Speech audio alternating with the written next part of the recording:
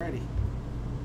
Earlier this year, the Equal Employment Opportunity Commission issued some interesting guidance to employers on employers' use of arrest and conviction records in making employment decisions. My partner, board-certified super lawyer Ed Sullivan, is here to tell us about that guidance. Well, thanks, Mark. I greatly appreciate it.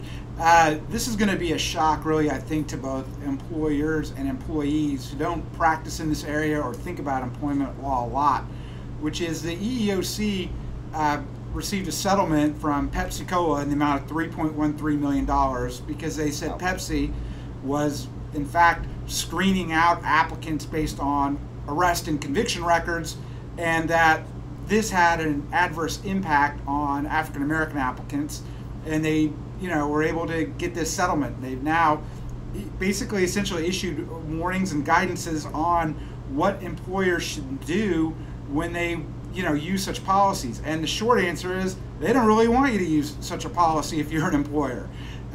We have an accompanying PowerPoint that's on our website about this under 10 Hot Topics of 2012.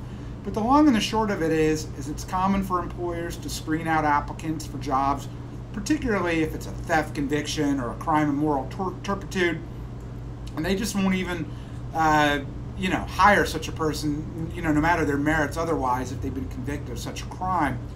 Well, that's a facially neutral rule on its own. It doesn't discriminate against anyone on the basis of their color, race, national origin, or whatever.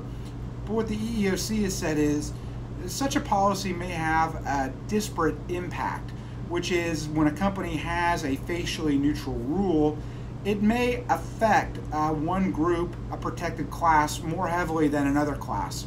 And typically employers in such a situation, to get around that, would show that such a policy that they would have is facially neutral, but also job-related, consistent with business necessity. But here the EEOC is really telling employers that there has to be a very tight link or nexus between the actual conviction, the length of time that it occurred, and many other factors that employers should know before an employer can exclude an employee on it. It's an important guidance from the EEOC. It's one that companies should be aware of, and frankly, a lot of litigation from the EEOC may result.